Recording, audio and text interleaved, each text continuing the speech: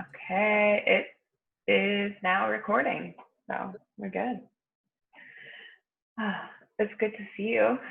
It's really nice to see your face and smile, and yeah, I like the feeling of taking it and moving slow into this.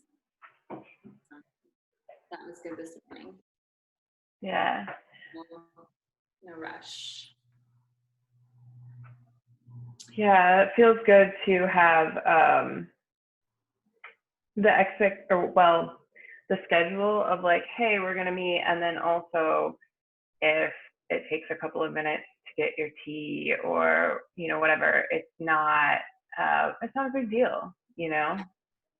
Yeah. There's still I still feel like time was honored and not, it's not like either of us were blatantly running late. It was just like, okay, so easy. It's happening. It's all happening. Yeah, it's still happening. I wasn't rushing, so good. Yes. Now, is that a handmade Mary mug? Yeah, this is one of my older designs. It's just like a clear, just the clay itself. Yeah, it's beautiful. I've been using this as like a smudge dish. Oh. Yeah, I had incense burning and suddenly it was falling and I was like, oh, I don't have anything to catch it. And this was right there and I was like, oh. And then I picked some dried garden sage from a canyon here. And like, I love the smell of that sacred smoke. It's so different from white sage. And I don't have bundles of it, so I've just been burning little leaves in there. It's sweet, it has a sweet smell, which I love. Mm-hmm. Yeah. It's like more feminine in a way, like earthy feminine, not like, I don't know. Like it just feels good. In your face cleansing. Yeah. It is. Awesome. Oh, thank you for sharing that. I love that. Yeah. I get to think of back in production mode, and it was the full moon tonight, but last night was pretty full, and I was just infused with all of this energy. So I was making cacao cups until like 11 at night, and it felt so good. It felt really good. My body was just like, ooh. channeling the energy of the moon and bringing it into the creation. Exactly. It's actually, I was doing my journaling this morning and writing out the planets and what's happening in the sky, and the moon's full at like 2:05 p.m. today. Okay. Yeah, so when we can't even see it here, which I find fascinating. When I was a kid, I would think, like, where does the moon go? Like, it just shuts off, Yeah. Just shuts off.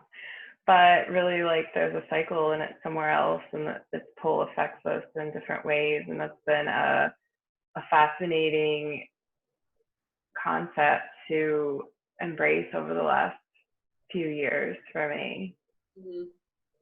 Yeah. And feel how it interacts. Like what I heard from you is that like it was really, you were having a relationship with it. You were recognizing your relationship to that cosmic energy. And the fullness. Ooh, ding, ding. Yeah. Yeah, it's incredible. I like to think about in terms of like how much energy does it have versus how much energy do I ascribe it? And because someone said once, the moon is always full. It's just what we see. And so this light energy that is falling down onto, the earth, or reflected from the sun onto the earth, almost like a mirror, is it, you know, it's a collaboration, and it's something that was kind of right before we got on this call is what I pulled a couple of tarot cards, just thinking, you know, getting into the space and thinking about my intentions for this call and to come together with you. And what fell out were a couple of cards, which I'll show in a moment, about collaboration, receptivity, collaborating in the dream world and the unconscious, and what that means to work now of all times in a group setting, but as an individual. So again, that how much power do we ascribe the moon? How much power does it offer us? And that interplay of the collaboration to create. So. I love that. And of course, like, I feel that. And a big reason I feel that I can feel that is the slackline. And like, I take it back to that. It's how much energy do we give that object, because it's always there. And that reminds me of the slackline, because the slackline's there, and then people step onto it and it's super shaky, and it's like, oh, the line is shaky. So like, all this power is given to this line that was just there, and unless the wind is blowing or there's some other force coming into it, the line's actually flat and steady. And yes, it does also hold an energy of its own that doesn't become really apparent until we choose to give it our energy, right? So then there's that relationship. And when you step onto it, there's that co-creation, which actually, I pulled a tarot card this morning too in my morning practice, and it flows in. I'm curious to see what, yeah, like how it, what the cards say with your cards. And I'm fairly new to tarot, and I know you've been developing your relationship with the cards for a while, so maybe you can offer insight. The cards in relationship to my intuition, which interprets the cards. And I want to just hold on to that thread of what you're saying about relationships and collaboration, and how much energy we ascribe to the slackline. And because it resonated so much with my work on the potter's wheel, as we're kind of going into this tarot card reveal.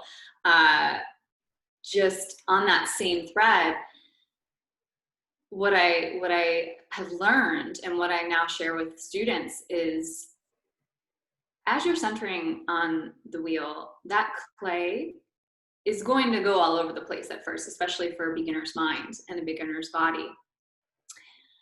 And the truth is somewhere in the middle about that energy, right? And I've noticed the more I can hold my frame and my center, the clay responds to that. When I am thinking, oh, I need to control this clay, or it's over here and I got to shift it over here, the clay, you know, exponentially has feedback where then it goes way too far the other way. And then you've got that, if you've ever tried a potter's wheel or could imagine, it's just like your hands are all over the place. And beginner potters will just be, and myself, like, oh, I can't center this clay. I cannot center it. It won't stay centered. And it's a process of centering self. Mm-hmm. And it's so much the same, I believe, for the slackline, which I'm excited to try, you know? Yeah, and I've never worked on a potter's wheel, but I 100%, that resonates true in my body. Like, I can feel, I had chills when you were talking about it, because I recognize that feeling, that projection of, oh, I can't center the clay, but really it's I can't center the self. And that, for me, and learning on the slackline, Oh, it was such a long journey. I was, I mean, it is in my nature to be extra stubborn, I feel like, as a human being. So many of us just kind of have that in us anyway. But I was super stubborn. Everything was outer. The journey, the time that it took me to discover the actual power within me through that relationship, it was really, it was a slow study. It was a but a, for that reason, a very profound study.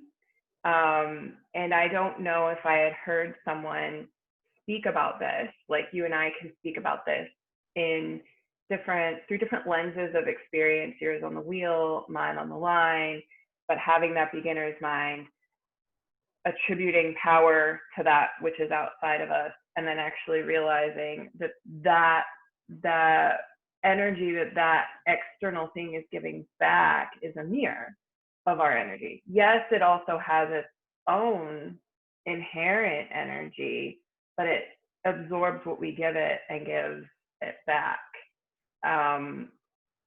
And that, I think, for me anyway, having the embodied experience of it, actually feeling it through my feet on the line,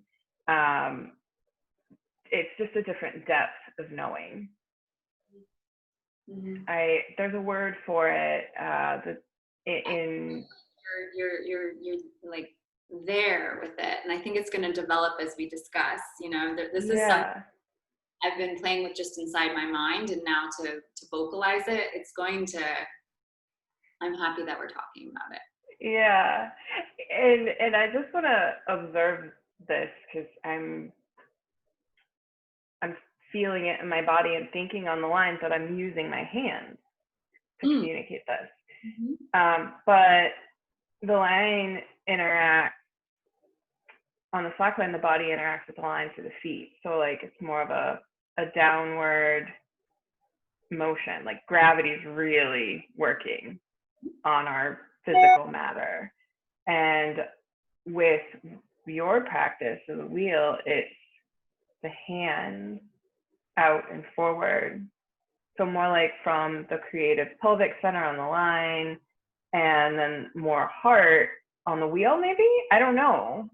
Yeah, I sense that, you know, in terms of like where the energy center is located, you know, this energy that we're channeling and putting in, like quite literally, you know, like putting into our practice. And it is very, on the wheel, it is, yes, heart-centered and also very core. It's a lot of core to it. It's, and yes, then it's channeled through the arms into the hands. And still working with gravity as a force and channeling that force a little differently in the body, mm-hmm. right? Whereas, you know, I imagine the focus on a slack line is to channel all that gravitational energy into the core again, and then, you know, stabilizing. And that's what it is. Okay, it's a stabilizer. So the feet are the stabilizer in the slack line, the hands the stabilizer in, you know, the point of contact is that mode is the first mode of communication, you know, for the line and the clay. Yes, and kind of. On the slack line, it's really about stretching. The feet are the mode of feedback. But the hands often get neglected in the practice because the focus becomes so on that relationship of, which is what is so present in the mind, you know. The feet are on the line is moving, and then the hands, what do the hands do? But everything is connected, right? And so the energy on the line is very much downward, and upward and outward and just expansive, Mm. which I have no idea about being on a potter's wheel because I've never done it. But I can almost feel that there is probably a sense of that, perhaps. Well, now that you're describing it, because I'm very visual, so as I'm seeing it, this expansiveness bringing, you know, the balance between the expansiveness and the focal, okay, the tension point. And so if I'm visualizing myself on the wheel, a lot of times I imagine that the energy is kind of like all being drawn inward into this focal point of the clay. And the wheel itself is using something called centrifugal force, which is shooting outward. So tension point and this harmonizing of the outward and the inward. And I think Yeah. this is developing what it is that my intention, and I think ours is in this conversation of the inward and outward relationship, the collaboration, the giving of power, the assigning of power, and the feedback of that, the mirroring of that assignment we give. Mm-hmm. Yes, I think it's so exciting. I am so excited to have to exchange experiences with you of this, because I feel like there's this powerful, it's powerful to experience these things in different ways, and we experience these things I believe, in every action of our life. It's just, we're so habituated in the everyday. Like, I'm habituated in the way I'm sitting in this chair, but it's still a relationship. And the patterns that I bring to sitting in a chair are just really well practiced. And I already understand that if I'm leaning one way, I don't have to be afraid of leaning one way and overcorrect. But by having a practice that puts us in beginner's mind, like the slackline, which I've been doing for 6 years and I'm still in beginner's mind, I still, because I've chosen to very consciously approach it that way. And it having that place to practice being in a beginner's mind, I can take beginner's mind awareness into other ways, which means I'm actually going to adjust my way of sitting right now because I know it's bad for my hip. And I was just in a pattern. So, and then exploring it in new ways helps to keep stoking the curiosity, keep stoking the way that I become more me and embodied, and keep showing up. And almost, I feel like that then I become the clay on the wheel, and I'm also the creator. Gorgeous. And does that make sense? But it's what's unfolding is,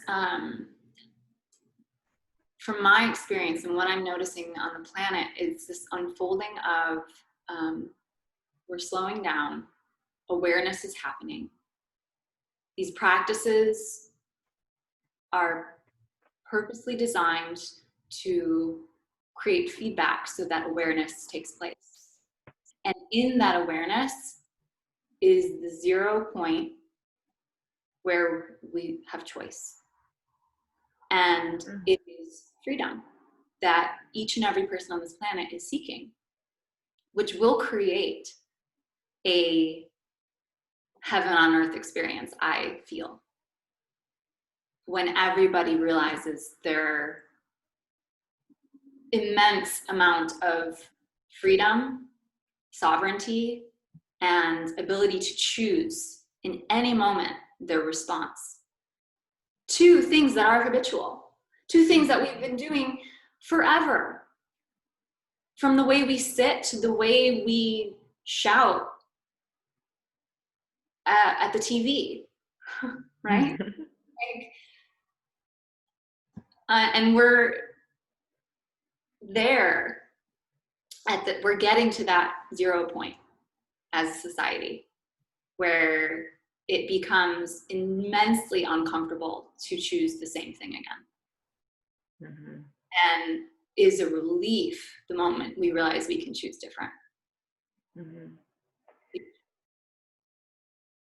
I feel that, and it's my hope that you're right and that many, many others are feeling that. I also recognize that, I mean, I live in a bit of an echo chamber or a bubble of Southern California, although that in some ways, certain things that I expected people, liberal minded, people who believe in this choice, they've surprised me with very differing views than I would have expected. But there's that point that you talked about where choosing to stay the same, choosing to stay in these patterns that unknowingly do us harm until we realize that they're doing us harm, is something that you believe we're moving towards more as like a collective. But I have also, with all the election stuff going on, all this tension, it also seems to me like there are people who are really anchored in their choice to be in the emotional upset and to be in the drama of this side's bad, my side's better. And I kind of stand in the middle and I'm looking both ways and going, y'all are crazy. Like, you're the same. You're different, but you're the same. And objectively, maybe I disagree more with one side than the other, but I don't really think that the other, it represents more change because neither are actually centered to me. And I realize that for some people who might watch this, it might seem weird, but I'm thinking about these things in like larger overall energies rather than details of, I think you know what I'm saying.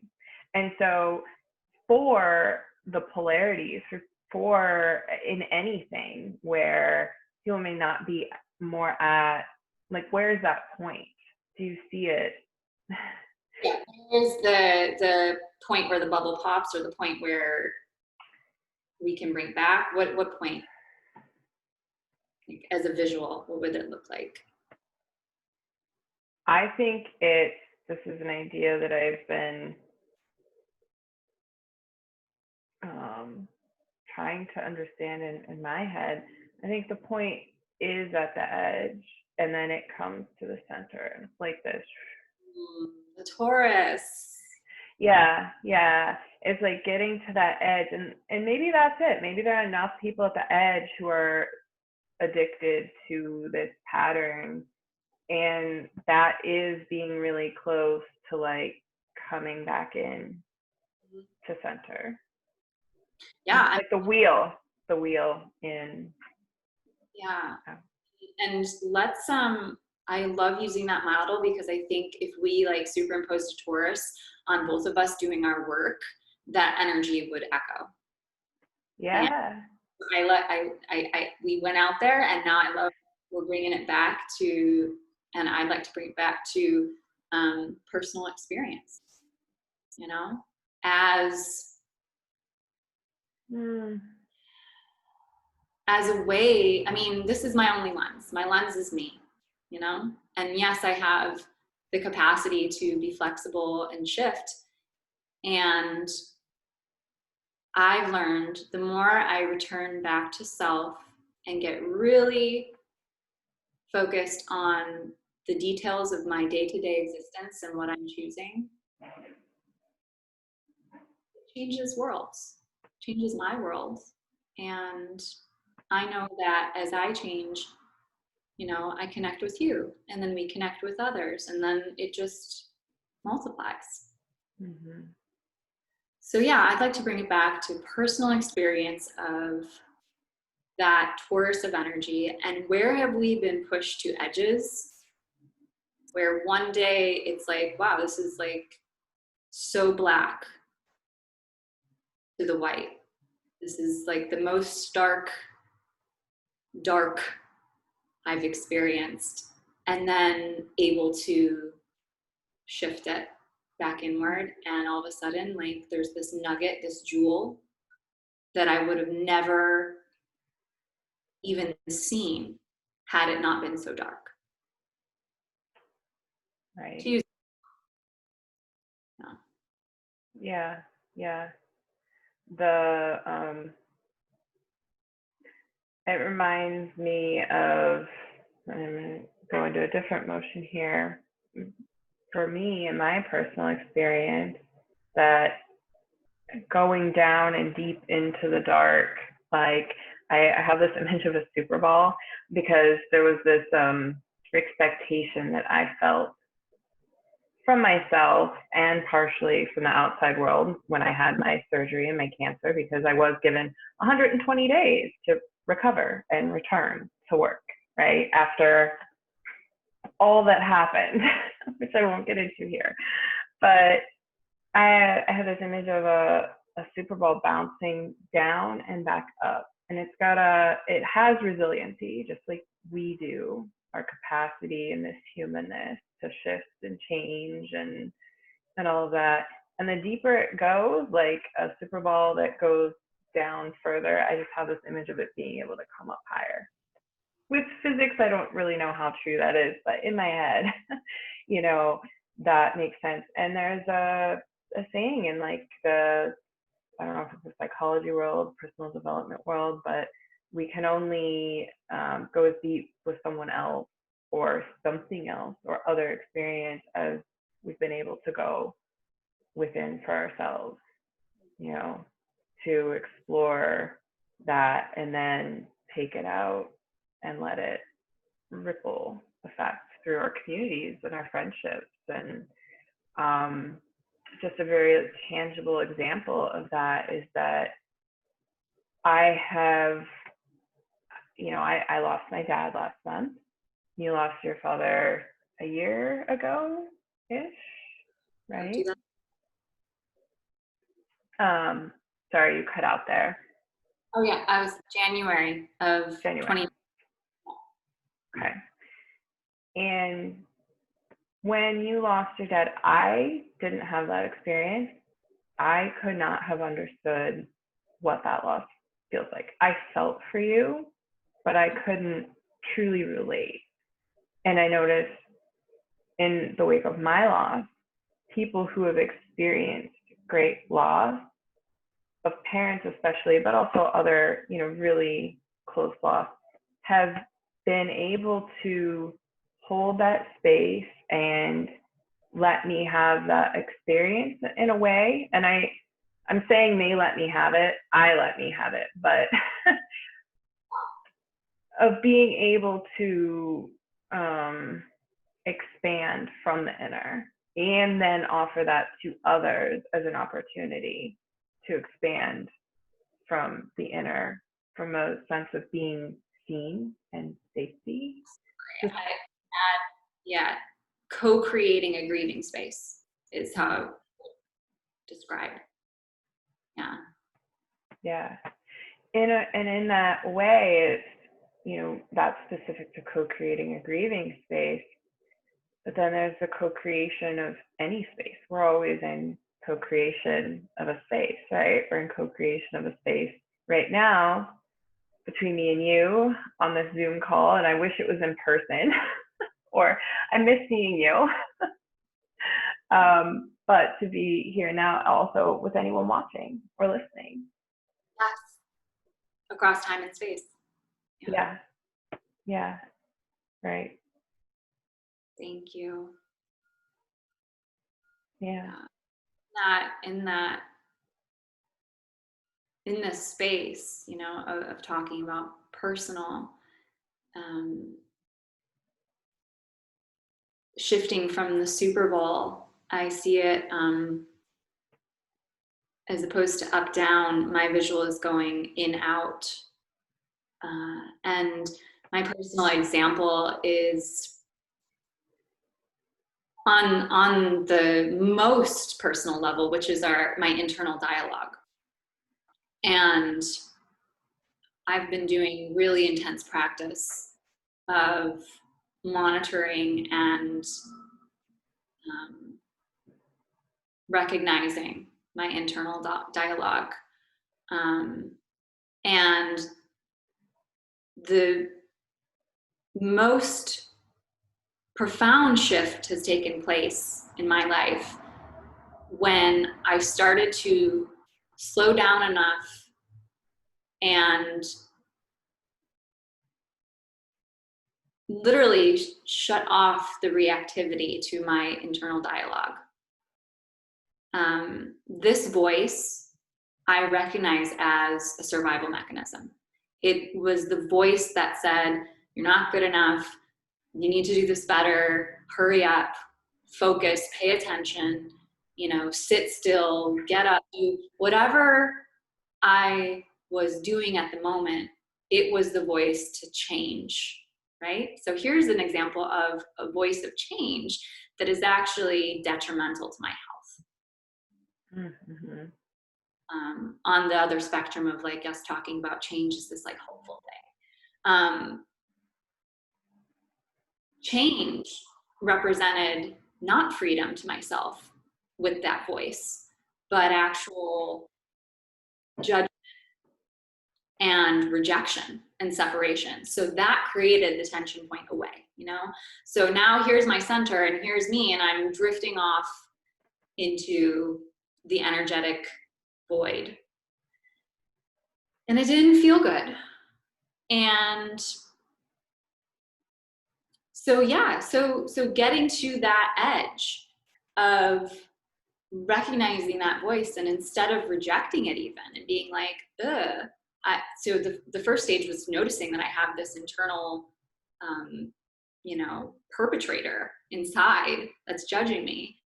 And then I had a reaction to it, which was like, wow, that's really awful, Mary, that you have that inside you. That hurts. It doesn't feel good. So then it like echoed the victim experience. And that stirred up my rescuer mentality of like, okay, I'm gonna stop at this all. I'm gonna fight this voice, which creates even more resistance. So now I'm drifting even further. And then to encapsulate that, that's the two edges. There's the resistor, the fighter, the hero, the perpetrator, the victim in the middle, and we're all just like floating through space. And I just got really still and asked if there was a way to love it all. To meet it with, okay, I hear you. Thank you for saying, for showing me and saying, that you exist, that this fear exists inside of me. Thank you. I see it. And I'm not going to internalize that and take it as, or that's resistance too. And we're going to do something else. I'm going to just breathe right now. I'm going to enjoy this stillness. I'm going to accept that, I'm not getting as many likes on Instagram as I expected. I'm okay with this. And in this like radical acceptance, the voice, not that it like disappeared right away, but that it wasn't scary anymore. Mm-hmm.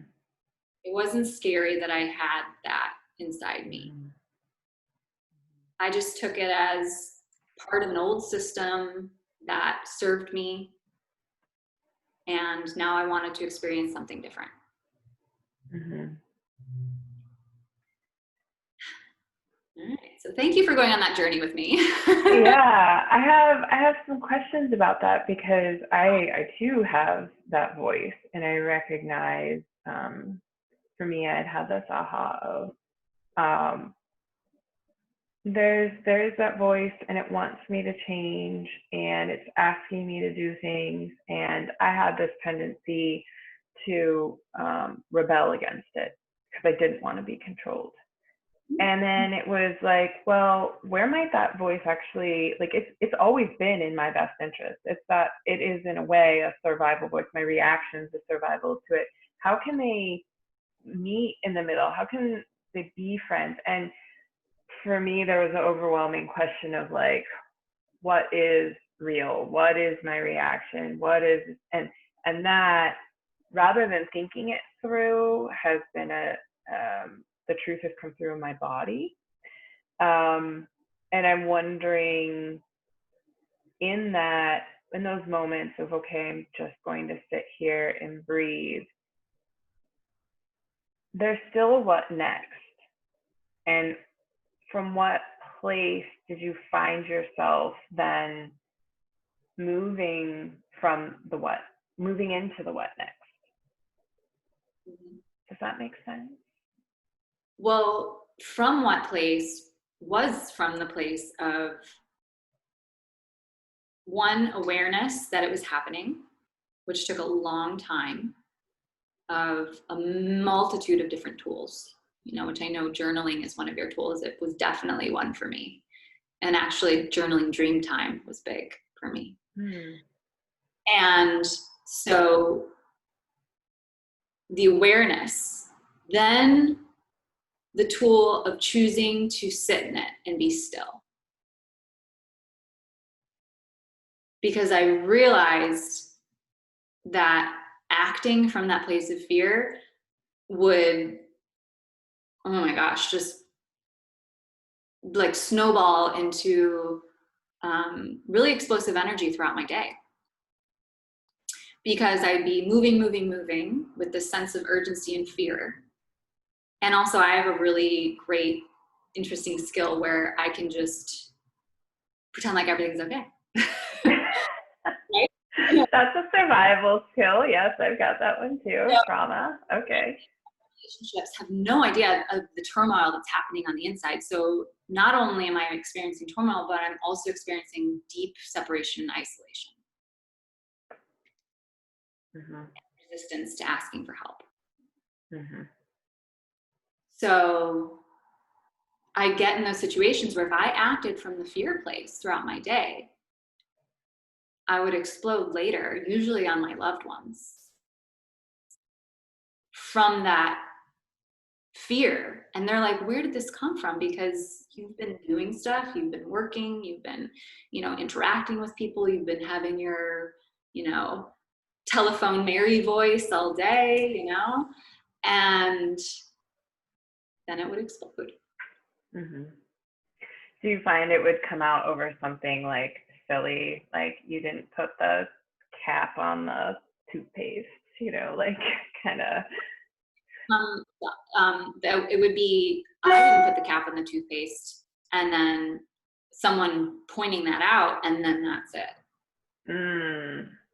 A lot of times it would, I would wait for an opportunity to be defensive. Okay. Be, the one on the offense. Because then you're more conveniently the victim. Exactly. Yeah. The safest place for me to express the fear when I was in victim mode. There was a lot of anger. And so that still point was my acknowledgement of, okay, this is working. I don't enjoy this experience. I don't have all the answers, and I know that I'm just going to sit with this and see what it has to say. And the way I get through that experience of sitting with the rage and the isolation and the depression and the fear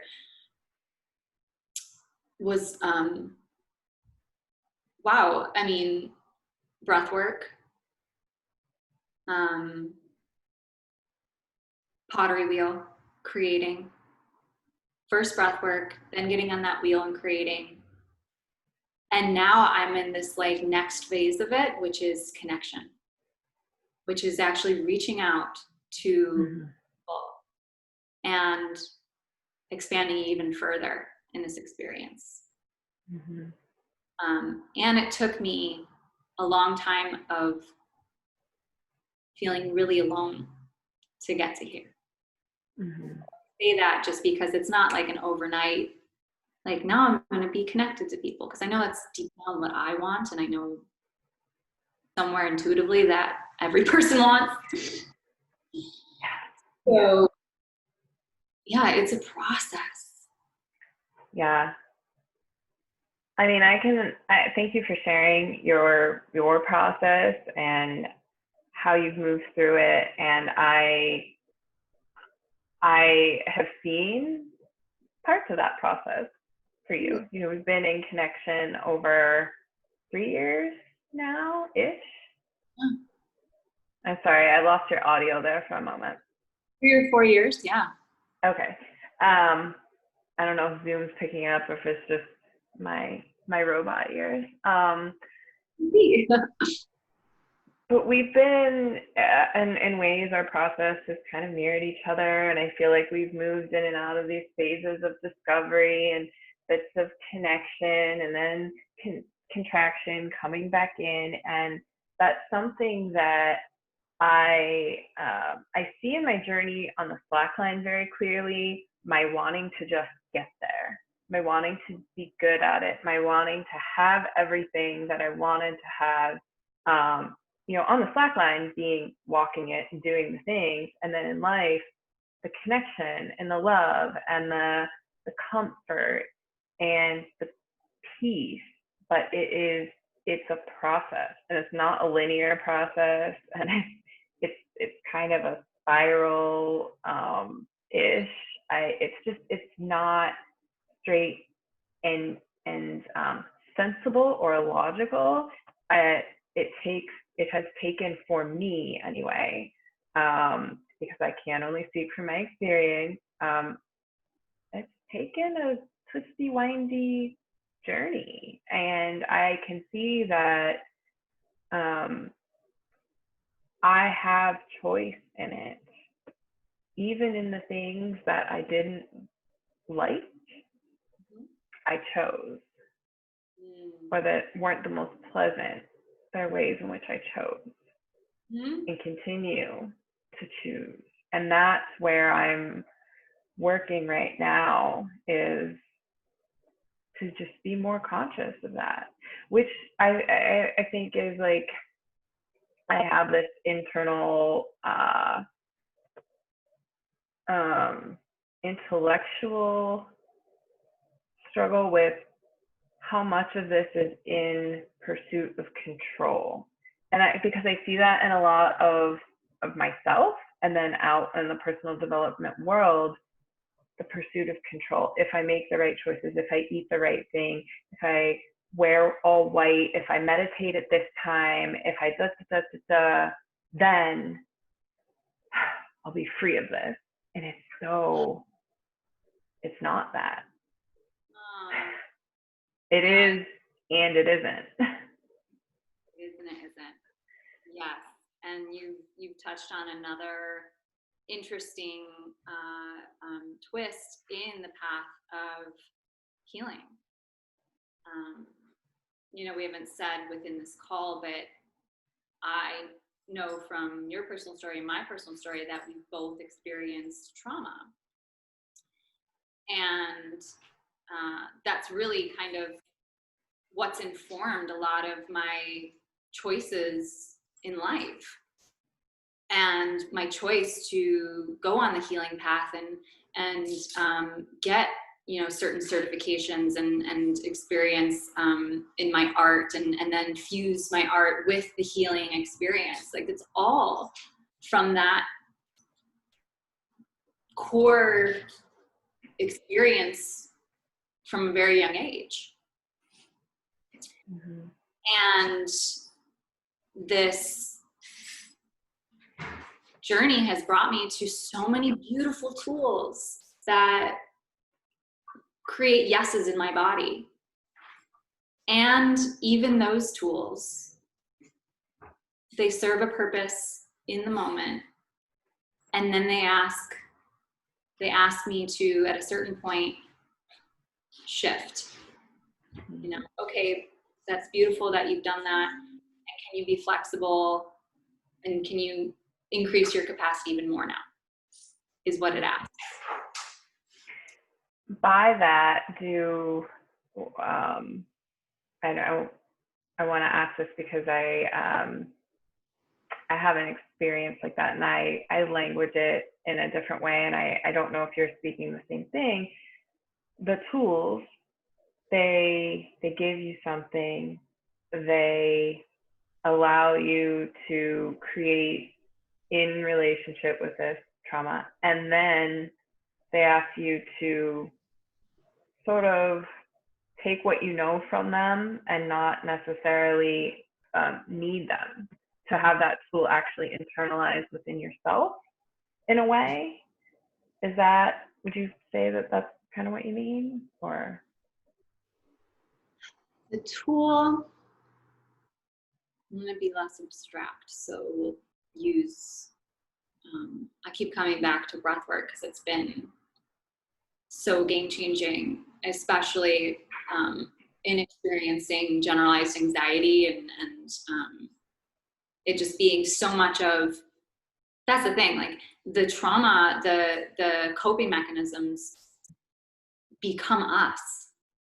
right. So my experience was really defined on anxiety and the relief of anxiety, and just making decisions throughout the day of like, okay, I feel this way, how can I find some relief? And, you know, alcohol is a tool. Okay, it is self-medication. So choosing that was a tool on my path for a while.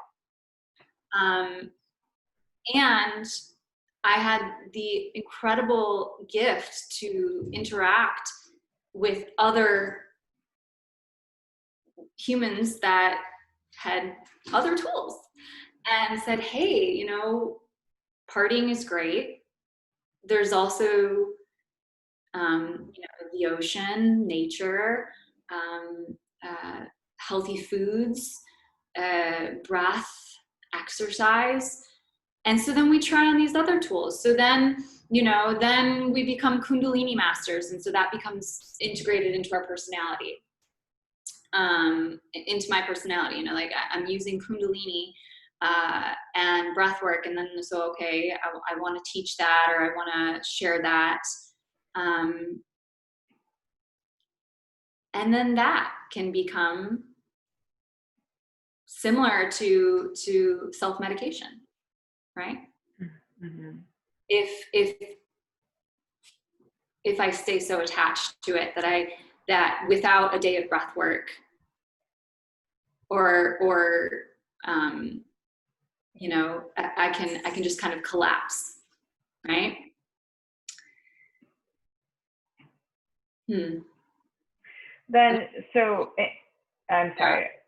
Yeah, Can it's I? just funny, as we're talking, you know, we're processing. So, you know, I'm hearing myself noticing attachments as I'm talking. Right. And that's why I love talking and why I love conversation, because I feel like in that relationship, I can have, when it's a safe and connected and authentic relationship, I can have those discoveries. I can hear them, or I can then have someone reflect. Like, a reflection I want to offer is that I agree with you. And especially, you know, alcohol is a tool. I think broccoli is a tool. I think that quinoa is a tool. I think that air is a tool. Like, it all provides something in the same way that a hammer provides the ability to put a nail into the wall. The air provides this life-giving energy to us. Broccoli provides these nutrients. Alcohol might provide a sense of relaxation and that dissolution or easing of the tension that we're carrying. And that's where like the coping mechanisms are tools, but they become tools that become us and then almost have, and this is tying back to like the beginning of our conversation, is the moon exerting an influence on us or are we exerting an influence on that? Like who has the power here? And when a tool becomes a crutch, then it's not really a tool anymore. It's taking something away of our own power. And that then lessens its actual benefit, I think. I had a roommate, she ate too many carrots and she turned orange. Like, it's not okay. I believe that's real, but yeah. Yeah. It's real. It's real. Yeah, it's real. So that's for me in this exploration of an evolution of discovering new tools. I found for me that I'll find a tool and then I kind of look at it with intent. What are you giving me? What am I giving you? What is this? What am I learning? And then once I put that tool down, how do I take the wisdom of the tool into other ways of being? And that's like the slackline. I take the wisdom of the tool into other ways of being. That's psychedelics. Take the wisdom of the tool into other ways of being. I don't really drink anymore, but I have had like a glass of wine here and there. And I asked, what was I looking for? What did it give me? How do I find that without the wine? Because the wine, with whatever it's giving me, the enjoyment of the meal, the whatever, the deeper connection, all of that's in me. All that's in me. Nothing outside gives it to me. It just lets me go to a place where I can find it. That's, that, and certain things are more powerful because they're such powerful chemicals, but those chemicals are in us. So we can make those chemicals in breath work, in just sitting and like visualizing and feeling, in meditation. Yeah. Okay. I'm going to step down off my. Well, I thank you for taking us on that journey. And what I'm seeing from it is that all of these tools, like they're in what we call the 3D. They're so, I mean, the source of it is what I think we've both found is this pathway to body work and finding the root of a lot of our discomfort in life coming from our experience within the body, first and foremost, and how disconnected. I know if I use my life as a metaphor for the greater society, how disconnected I've been from my body and how that has allowed me to put so much power outside of myself and assign so much blame, but also worship outside of myself. And that feeds into this concept of, if we get to that still point where we recognize the sovereignty and the freedom to choose right here in this body by just listening to it. It's another tool that can shift our experience. Yeah.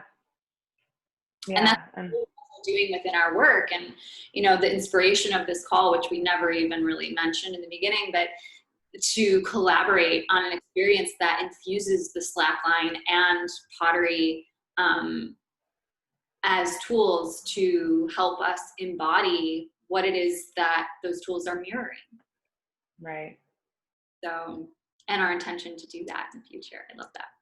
I'm so excited for it. I feel like we could talk forever. I know that we could talk forever.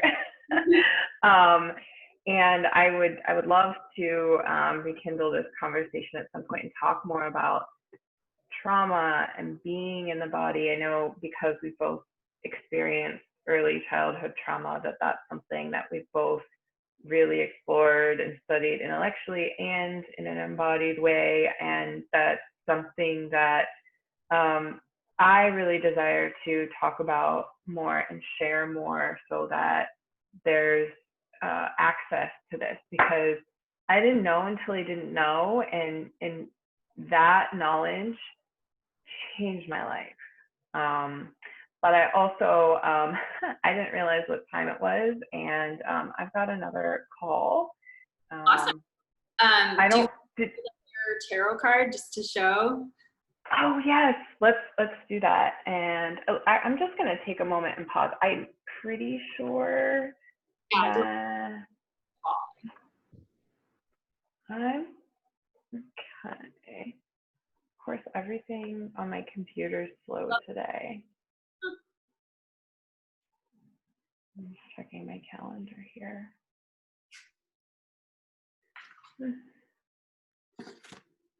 Because I didn't get a calendar notification, but I'm pretty sure I had an 11 o'clock. Yeah.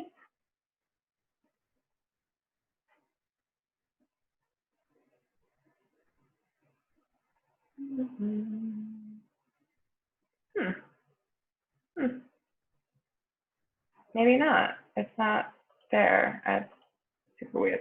Anyway, we'll figure it out. We'll share a card. Oh, look at you. You're like drenched in sunlight.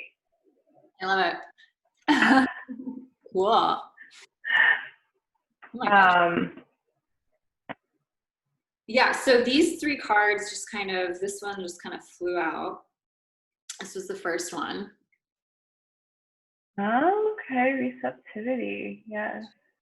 Which actually is kind of funny. It's like echoing the light that's right now. And that went with collaborative dreaming. It's a beautiful card. Yeah, and the Rainmaker, which we're actually headed towards in the Jewish holidays. We're headed towards Sukkot, which is also like where we pray for rain in the shift of the season. So